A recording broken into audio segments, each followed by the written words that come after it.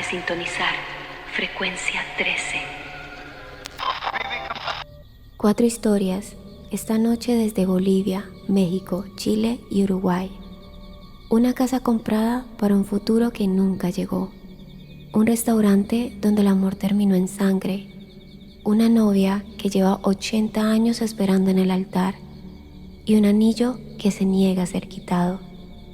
El amor eterno existe, pero no siempre es romántico. Primera historia.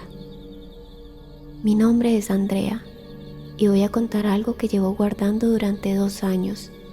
Algo que me ha impedido volver a tener una relación. Algo que me hizo entender que hay promesas que se cumplen incluso después de la muerte. Conocí a Mateo en la universidad. Estudiábamos arquitectura. Nos enamoramos en 2º año y desde ese momento supimos que íbamos a estar juntos para siempre. Era de esas relaciones que todos envidian.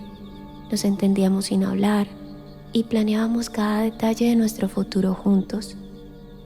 Cuando nos graduamos en 2022, decidimos que era momento de dar el siguiente paso.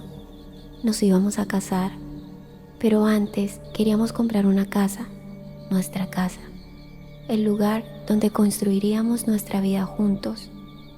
Buscamos durante meses hasta que encontramos la casa perfecta. Era una casa antigua en uno de los barrios tradicionales de La Paz. Tenía 2 pisos, patio con jardín y habitaciones amplias con ventanas grandes. Necesitaba remodelación, pero eso era perfecto para nosotros. Siendo arquitectos, podíamos diseñar exactamente lo que queríamos. Compramos la casa en marzo de 2023, pusimos todos nuestros ahorros y pedimos un préstamo. Era nuestra inversión en el futuro, en nuestro futuro.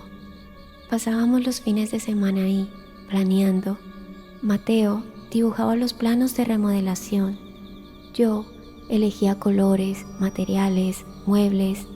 Hablábamos de dónde iría el cuarto de los niños que algún día tendríamos, de cómo el patio sería perfecto para reuniones familiares. Éramos completamente felices. La boda estaba planeada para diciembre de ese año. Habíamos enviado las invitaciones.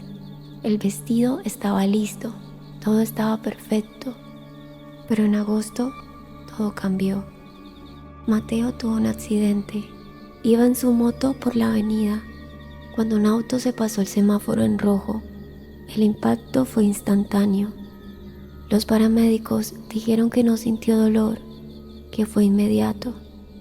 Pero para mí, el dolor no fue instantáneo. El dolor llegó como una ola que me ahogó y nunca dejó de ahogarme. Mateo murió un martes 15 de agosto de 2023, 3 meses antes de nuestra boda, 4 meses después de comprar la casa que íbamos a compartir. Los meses siguientes fueron un vacío. No recuerdo mucho. Sé que hubo un funeral, sé que la gente me hablaba, sé que mis padres me cuidaron, pero yo no estaba realmente ahí. Parte de mí murió con Mateo en esa avenida. En noviembre, cuando finalmente pude funcionar otra vez, tomé una decisión. Iba a terminar la casa, iba a completar el proyecto que Mateo y yo habíamos planeado juntos.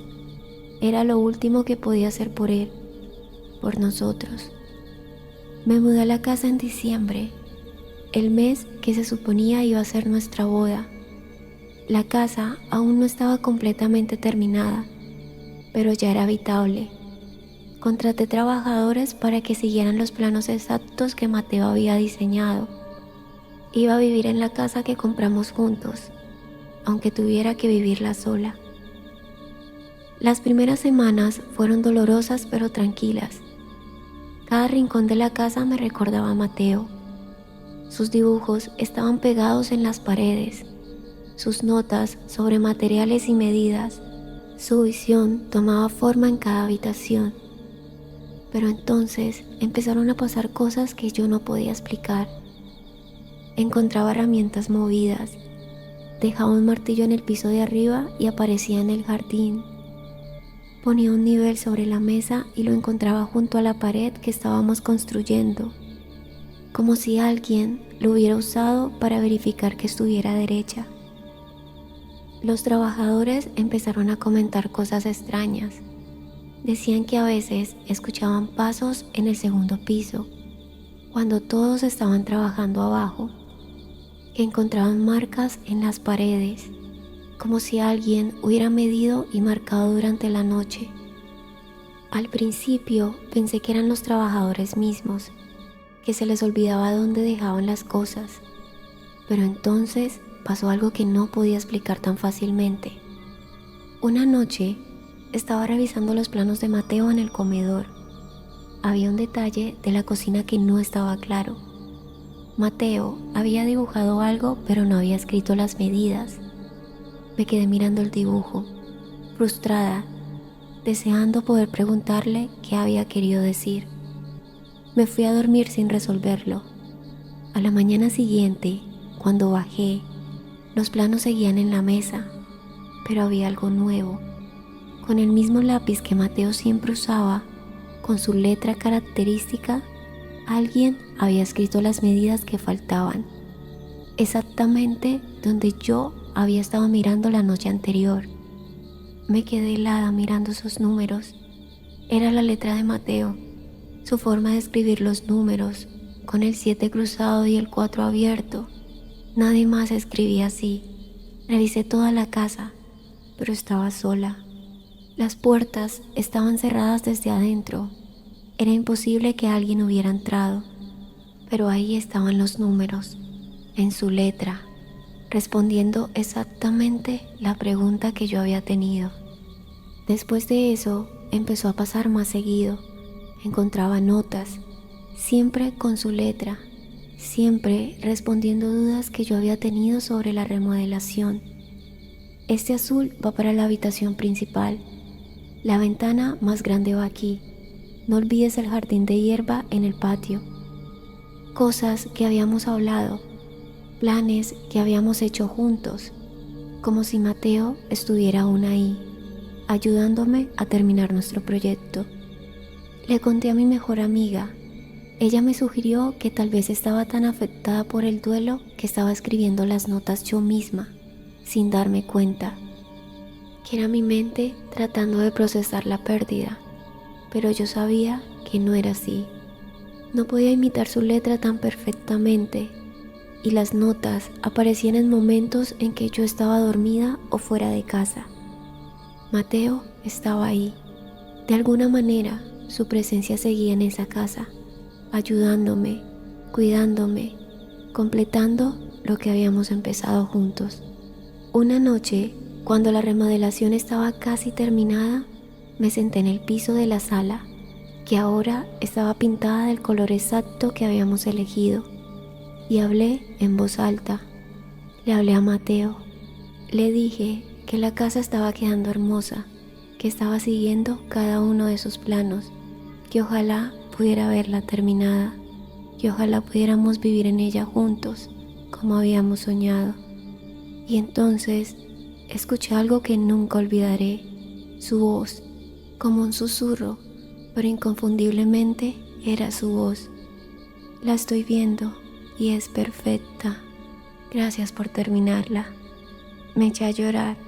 Lloré como no había llorado desde su muerte, pero esta vez no era solo tristeza, era también alivio, consuelo, saber que de alguna manera él estaba ahí, viendo nuestro sueño hacerse realidad. La casa se terminó en marzo de 2024, un año después de comprarla. Invité a nuestras familias a conocerla. Todos lloraron. Dijeron que Mateo habría estado orgulloso, y creo que lo estaba, porque esa noche, después de que todos se fueron, encontré una última nota sobre la mesa de la cocina. Decía: te amo, siempre estuve aquí, siempre estaré aquí. Esta es nuestra casa, tuya y mía, para siempre. Sigo viviendo en la casa. Han pasado 2 años desde la muerte de Mateo. A veces me preguntan si no es doloroso vivir aquí, rodeada de recuerdos, pero no lo es, porque Mateo no es solo un recuerdo aquí. Él sigue presente, Siento su presencia en cada habitación que diseñamos juntos. Escucho sus pasos en el segundo piso. A veces encuentro cosas movidas, reorganizadas, como si él estuviera aún arreglando detalles. Nos prometimos estar juntos para siempre y Mateo está cumpliendo esa promesa de la única manera que puede. Esta es nuestra casa, la casa que compramos juntos, y aunque la muerte nos separó en este mundo, en esta casa seguimos juntos, para siempre. Hay promesas que trascienden la muerte. Hay amores tan fuertes que ni siquiera el final de la vida puede romperlos. Presencias que se quedan, que cuidan, que cumplen lo prometido. Pero no todos los amores son así de puros. Algunos se tuercen, se vuelven oscuros, se transforman en obsesión. La siguiente historia viene desde México. Una cita, un restaurante y un final que marcó el lugar para siempre. Segunda historia. Esta historia me la contó el dueño de un restaurante en el centro de Osaka. Me pidió que no revelara el nombre del lugar por razones obvias, pero me autorizó a contar lo que pasa ahí, lo que ha pasado durante los últimos 25 años. El restaurante abrió en 1975. Era y sigue siendo un lugar acogedor, especializado en comida tradicional osaqueña. Durante décadas fue un lugar popular entre locales y turistas, pero hay una mesa en el restaurante que nadie quiere, la mesa del rincón, mesa número 7, junto a la ventana que da a la calle. No es que la mesa sea incómoda, de hecho tiene la mejor vista del restaurante. Es una mesa para dos, íntima, perfecta para parejas, el tipo de mesa que normalmente la gente pediría específicamente. Pero los meseros evitan sentarla. Los clientes que se sientan ahí raramente terminan su comida y algunos nunca vuelven al restaurante. Todo comenzó en febrero de 1999, el 14 de febrero, en San Valentín. Un hombre había reservado esa mesa para una cena especial con su novia. Se llamaba Roberto. Había hecho la reserva semanas antes. Había pedido que decoraran la mesa con rosas rojas y que tuviera champán listo, ya que iba a proponer matrimonio esa noche. Roberto llegó puntual a las 8 de la noche. Estaba nervioso pero emocionado. Llevaba el anillo en el bolsillo. Los meseros dijeron que no paraba de tocarlo, verificando que siguiera ahí. Su novia, Daniela, debía haber llegado a las 8:15. Roberto se sentó a esperarla, pidió una copa de vino, revisó que las rosas estuvieran perfectas. Las 8:15 pasaron y Daniela no llegó. Roberto no se preocupó, ella siempre llegaba un poco tarde, era parte de su encanto. 8:30, todavía no llegaba. Roberto intentó llamarla, pero ella no respondió. 9 de la noche. Los meseros empezaron a sentir pena por él. Seguía sentado ahí, solo, con su copa de vino ya vacía, revisando su teléfono constantemente. A las 9:30, Roberto recibió una llamada. Los meseros vieron cómo su rostro cambiaba, de esperanzado a confundido, y de confundido a destrozado. Dejó el teléfono sobre la mesa, se quedó sentado ahí, inmóvil, mirando las rosas. Uno de los meseros se acercó a preguntarle si estaba bien. Roberto lo miró con ojos vacíos y dijo: «Ella no va a venir. Se casó esta mañana con otra persona. Me estuvo mintiendo durante meses». El mesero no supo qué decir. Le ofreció traerle algo, pero Roberto se negó con la cabeza y solo pidió la cuenta. En cuanto pagó, dejó las rosas en la mesa y salió del restaurante. Al día siguiente encontraron su cuerpo. Se había suicidado esa misma noche. Se colgó en su departamento. En el bolsillo aún llevaba el anillo que nunca le dio a Daniela.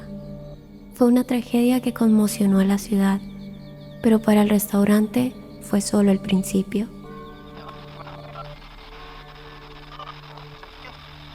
La siguiente historia viene desde Chile.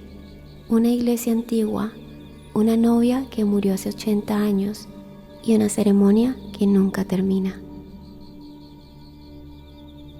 En Chile hay una iglesia antigua que lleva ahí desde 1912. Es hermosa. Durante el día es un lugar de paz. Los turistas la visitan y las parejas se casan ahí. Pero de noche la iglesia cuenta otra historia. Esta historia comienza en 1943, en plena Segunda Guerra Mundial. Aunque Chile no estaba directamente involucrado en el conflicto, la guerra afectaba todo. Había racionamiento, incertidumbre y miedo. En medio de esa oscuridad había una pareja que planeaba su boda, Elena y Tomás. Se habían conocido en el puerto donde él trabajaba como oficial de la Marina Mercante. Se enamoraron rápidamente. A pesar de los tiempos difíciles, decidieron casarse. La boda estaba programada para el sábado 13 de febrero de 1943. San Valentín caía domingo ese año, así que decidieron casarse el día anterior. Elena había estado soñando con ese día durante meses. Tenía su vestido listo, sus damas de honor elegidas y todo planeado al detalle. Pero Tomás era marino, y en tiempos de guerra los marinos no controlan sus horarios.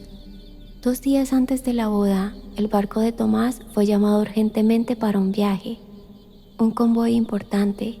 No podía negarse. Le suplicó a Elena que pospusieran la boda, solo unos meses, hasta que él regresara.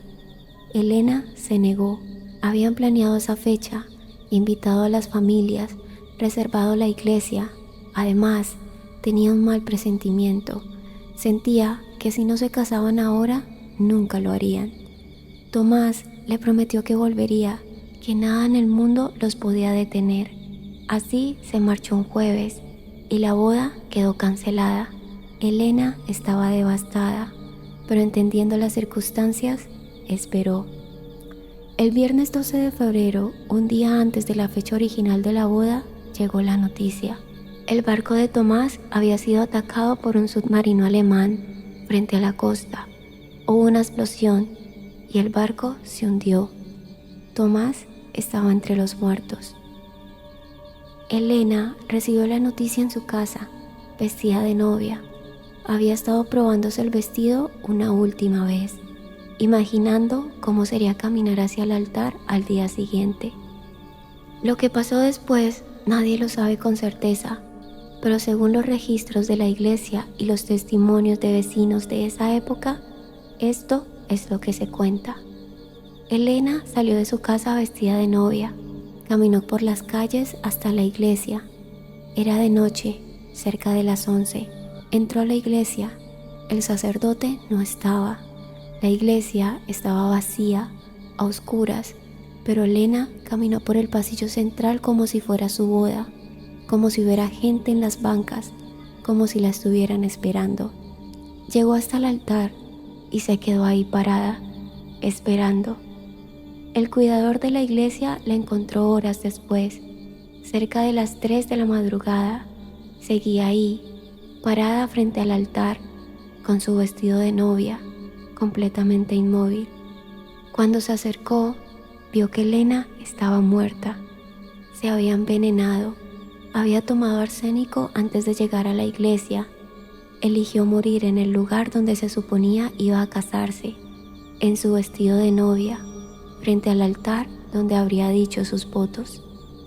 La encontraron con una nota en la mano. Solo decía: esperándote, mi amor. Aquí nos casaremos como prometimos. Fue enterrada con su vestido de novia. Su familia, destrozada, nunca habló mucho de ella.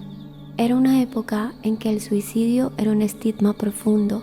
La tragedia quedó como un susurro en la historia de la ciudad. Pero Elena no se fue.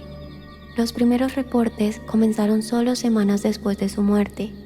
El cuidador de la iglesia escuchaba pasos en la noche, pasos suaves, como de zapatos de mujer, caminando por el pasillo central. Cuando iba a revisar, la iglesia estaba vacía, pero a veces podía oler perfume, un perfume floral antiguo, como el que usaban las novias de esa época. En 1950, una pareja que se casó en la iglesia reportó algo perturbador.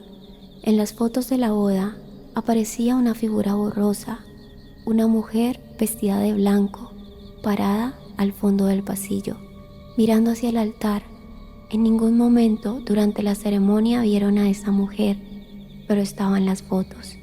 Los fenómenos se intensificaban cada 13 de febrero, el día que se suponía Elena iba a casarse. Un sacerdote que trabajó en la iglesia en los años 90 nos contó que presenció esto personalmente.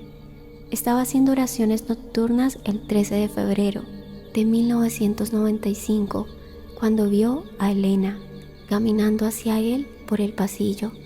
Al principio pensó que era una mujer real que había entrado a la iglesia, pero cuando se acercó pudo ver a través de ella. Era translúcida, hecha de luz tenue y sombras. Pasó junto a él sin mirarlo. Llegó al altar, se quedó ahí parada, con la cabeza inclinada, susurrando algo. El sacerdote pudo escuchar fragmentos como: acepto en la salud y en la enfermedad hasta que la muerte nos separe. Intentó bendecirla, rezó por su alma, le pidió que descansara, que dejara ir el dolor, que Tomás la estaba esperando del otro lado. Elena se giró hacia él y el sacerdote vio su rostro, joven, hermoso, pero con una tristeza tan profunda que le rompió el corazón. Sus ojos, aunque transparentes, estaban llenos de lágrimas. Ella susurró: no puedo irme. Él me lo prometió. Dijo que nos casaríamos. Tengo que esperar.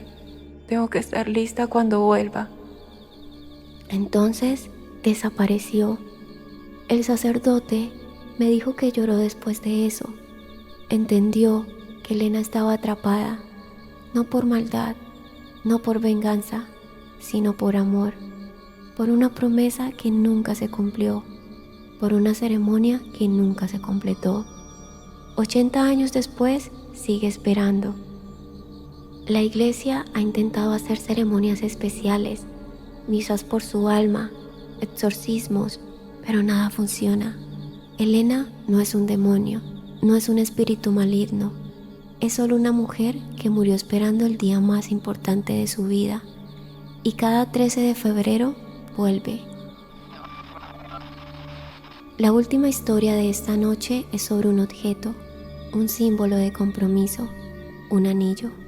Pero este anillo no se puede quitar, porque algunos compromisos van más allá de la voluntad. Mi nombre es Lucía, y esto me está pasando ahora, en este momento, mientras hablo. El anillo sigue en mi dedo y no puedo quitármelo. Conocí a Sebastián en una aplicación de citas hace 3 años. Después de un año juntos, Sebastián me propuso matrimonio. Fue muy romántico. Fue una cena en un restaurante frente al mar. Se arrodilló y sacó el anillo. El anillo era hermoso pero extraño. Era antiguo, de oro blanco con una piedra roja oscura en el centro. Sebastián me dijo que era un rubí, que el anillo había estado en su familia durante generaciones, que su bisabuela se lo había entregado con la condición de que lo usara para proponerle matrimonio a la mujer que realmente amara. Me lo puso en el dedo y este encajó perfectamente, como si hubiera sido hecho para mí. Dije que sí, pues ¿cómo no iba a decir que sí? Empezamos a planear la boda, pero lentamente Sebastián empezó a cambiar. Se volvió posesivo, celoso, me llamaba constantemente. Quería saber dónde estaba, con quién y por qué. Al principio lo justifiqué por presión del trabajo, estrés de la boda, pero esto se puso peor. Empezó a revisar mi celular, a seguirme, a acusarme de cosas que no había hecho. Mis amigas me dijeron que era una señal de alerta, que lo dejara, y tenían razón. 6 meses después del compromiso terminé la relación. Le dije que no podía casarme con él, que las cosas se habían vuelto tóxicas, que necesitaba espacio. Sebastián no lo tomó bien. Me suplicó, lloró, me dijo que sin mí se moría, que yo era su vida, que haría cualquier cosa para que volviéramos. Le dije que lo sentía, pero que mi decisión era final y le pedí que se fuera. Esa noche intenté quitarme el anillo de compromiso que él me había dado, pero no salía. Intenté jalarlo, ponerle jabón, aceite, pero nada funcionaba. El anillo que había entrado perfectamente en mi dedo 6 meses atrás, ahora parecía soldado a mi piel. Pensé que tal vez mi dedo estaba hinchado, que con el tiempo se deshincharía y podría quitarlo, así que esperé unos días. Pero el anillo no solo no salía, empezó a sentirse más apretado, como si estuviera cerrándose alrededor de mi dedo. Una semana después de terminar con Sebastián, él murió. Fue un accidente de auto, chocó contra un poste en la madrugada. La policía dijo que probablemente estaba manejando muy rápido, que no frenó. Algunos testigos dijeron que parecía intencional. Dejó una nota en su departamento. Solo decía: si no puedo estar con ella, no quiero estar con nadie. Me sentí horrible, culpable, aunque racionalmente sabía que no era mi responsabilidad. No podía evitar preguntarme si su muerte era mi culpa. Fui a su funeral. Su familia me culpó. Me dijeron que yo lo había matado, que él me amaba y que yo lo había destruido. Después del funeral, el anillo empezó a comportarse extrañamente. Se sentía frío, incluso en días calurosos, y la piedra roja cambiaba. A veces parecía más oscura, casi negra. Otras veces parecía brillar con una luz propia. Intenté quitarlo otra vez. Fui con un joyero. Me dijo que tendría que cortarlo. Cuando puso la herramienta de cortar contra el anillo y apretó, la herramienta se rompió. Intentó con otra, pero esta también se rompió. El joyero me miró confundido. Me dijo que nunca había visto algo así, que el anillo parecía indestructible. Intenté con un médico. Pensaron en cortar a través del dedo si era necesario, pero cuando intentaron aplicar la anestesia local para comenzar el procedimiento, algo extraño pasó. El anillo se apretó tan fuerte que grité de dolor. Mi dedo se puso morado. El doctor dijo que si seguían podría perder el dedo por falta de circulación. Tuvieron que parar. Desde entonces he vivido con el anillo. Han pasado 8 meses desde la muerte de Sebastián. 8 meses con este anillo que no puedo quitar. Pero lo peor no es eso. Lo peor son las otras cosas que han empezado a pasar.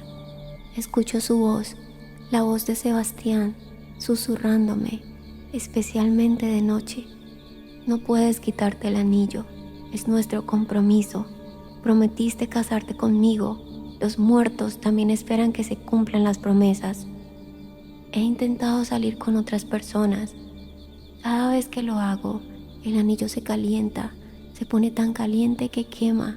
Tengo cicatrices alrededor de mi dedo de las veces que he intentado ignorarlo, y las personas con las que salgo les pasan cosas malas. Uno tuvo un accidente y se rompió la pierna. Otro perdió su trabajo sin explicación. El último terminó en el hospital con una infección inexplicable. Me di cuenta del patrón. El anillo estaba protegiéndome, o más bien protegiendo el compromiso. Consulté con gente que sabe de estas cosas, brujos, sacerdotes, parapsicólogos, y todos me dijeron lo mismo. El anillo está ligado a Sebastián, a su obsesión. Él puso toda su voluntad, todo su amor retorcido en ese anillo en el momento de su muerte, y ahora el anillo es una prisión. Me dijeron que hay solo una forma de quitarlo. Tengo que cumplir el compromiso. Tengo que casarme con él. En algún nivel, ya sea de manera simbólica o en un ritual, tengo que completar lo que se dejó inconcluso. Pero no puedo, no voy a hacerlo. No voy a atarme a él eternamente, solo para liberarme de un anillo. Así que aquí estoy, 8 meses después, con un anillo que no puedo quitar, con la voz de mi exnovio muerto, susurrándome en las noches, con mi vida romántica destruida, porque cualquiera que se acerque a mí sufre consecuencias. La frecuencia está abierta. Esta fue una transmisión especial de Interferencias, San Valentín Oscuro, porque el amor no siempre es luz, a veces es sombra, a veces es peso, a veces es eterno de maneras que nadie desea. Feliz día de San Valentín. Si hoy le prometes eternidad a alguien, asegúrate de que realmente quieres cumplirla, porque las promesas de amor, esas son las que más poder tienen, las que más se aferran, las que menos sueltan, incluso después de la muerte.